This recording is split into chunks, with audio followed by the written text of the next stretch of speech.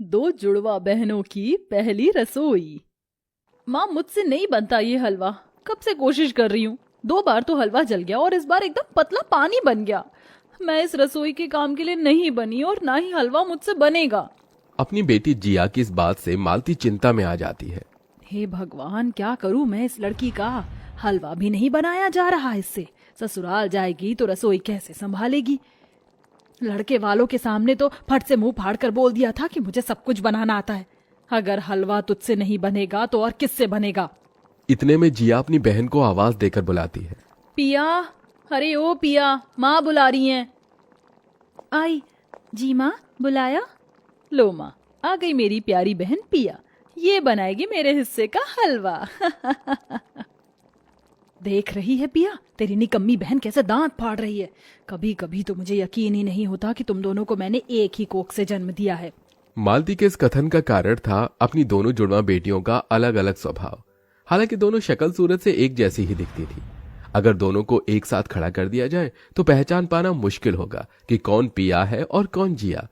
जहां पिया सीधी सादी, संस्कारी और घर के काम में निपुण थी, वहीं जिया मनमौजी थी। दोनों की शादी वसुंधरा के बेटों कार्तिक और अनुज से पक्की हो चुकी थी, इसलिए मालती जिया को खाना बनाना सिखाती है। पर जिया लीबा पोती में ही लगी रहती। गुजरते वक्त के साथ दोनों बहनें शादी करके ससुराल आ जाती हैं। हे भगवान, मेरी ये जुड़वा बहू की शक्ल तो एकदम सीता गीता के जैसी मिलती है।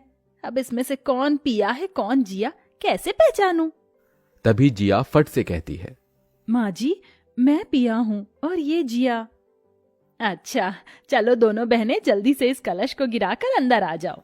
दोनों बहनें गृह प्रवेश करके ससुराल में कदम रखती हैं, जहां उन दोनों के एक से चेहरे देखकर रिश्तेदार भी अचक्के रह गए। माला और गेंदा भी देखने लगी। बाप रे जीजी, तुम्हारी बहुएं तो एकदम अंजू मंजू की हमजोली हैं। हाँ माला, दोनों जुड़वा बहनें हैं ना, इसीलिए। अच्छा चलो, अब तुम दोनों बहनें जाकर आराम कर लो और कल वक्त से उठना, क्योंकि तुम दोनों की पहली रसोई है। जी माँ जी। दोनों बहनें अपने अपने पतियों के साथ कमरे में आ जाती हैं, जहां जिया मन ही मन बड़बड़ा उठी। मैं तो नहीं उठने वाली। पहली रसोई के लिए 5 बजे। इतनी बड़ी बारात के लिए खाना बनाना मेरे बस की तो नहीं है। वहीं दूसरी तरफ पिया अपनी सास के कहे को मन में बिठाई थी। पिया, तुम इस दुल्हन के जोड़े में बहुत ही सुंदर लग रही हो। आज की रात हमारी है।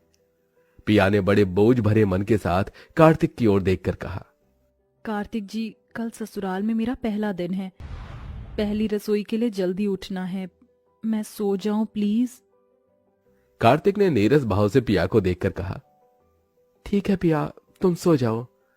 अगले दिन पिया सुबह के 5 बजे उठकर ससुराल की साफ सफाई में लग गई, जबकि कामचोर जिया बिस्तर पर पैर पसारे मजे की नींद सोई रही। देखते ही देखते सूरज निकल आया।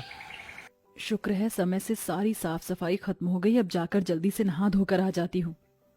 बेचारी पिया सारा काम निपटा कर थक कर चूर हो गई। फिर वो नहाकर तैयार हो रही थी कि उसको कमरे में देखकर उसकी जुड़वा आलसी बहन जिया फट से पिया की जैसी साड़ी पहनकर रसोई में आ गई और अपनी सास को आता देखकर गहरी सांस भरते हुए थके होने का एहसास जताया।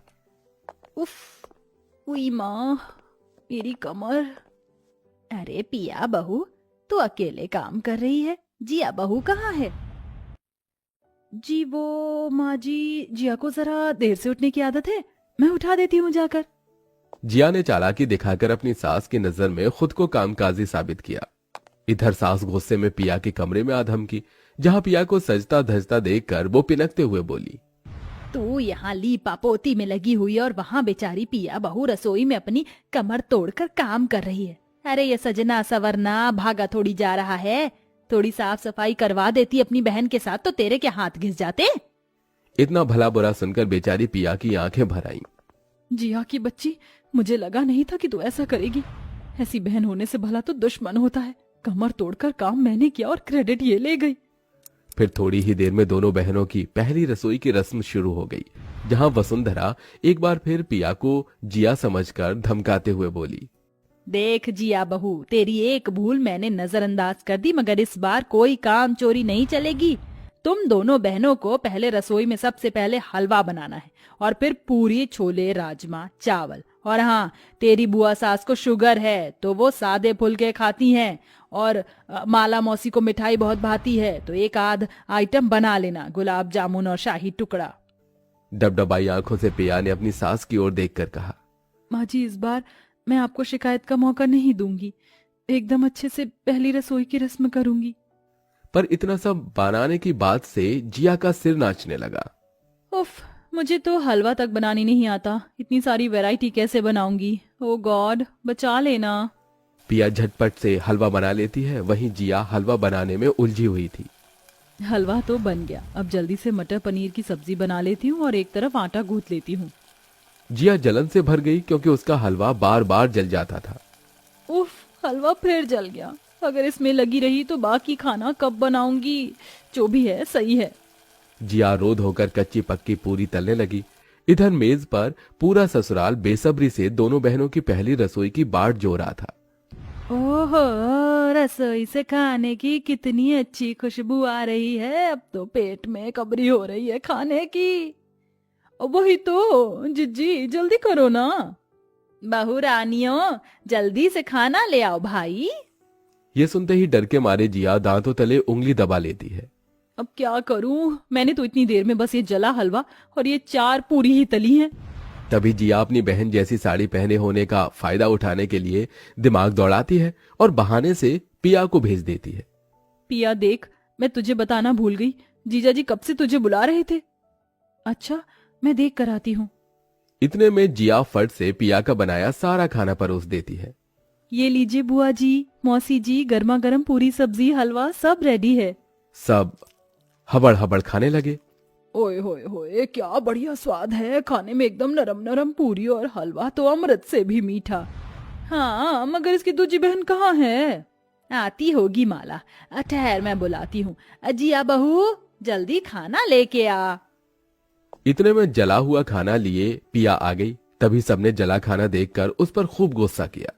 ये कैसी भट्टी में से पूरी पका कर लाई है, एकदम जली हुई है, और सीख अपनी बहन से कुछ, बेलूड़ी कहीं की।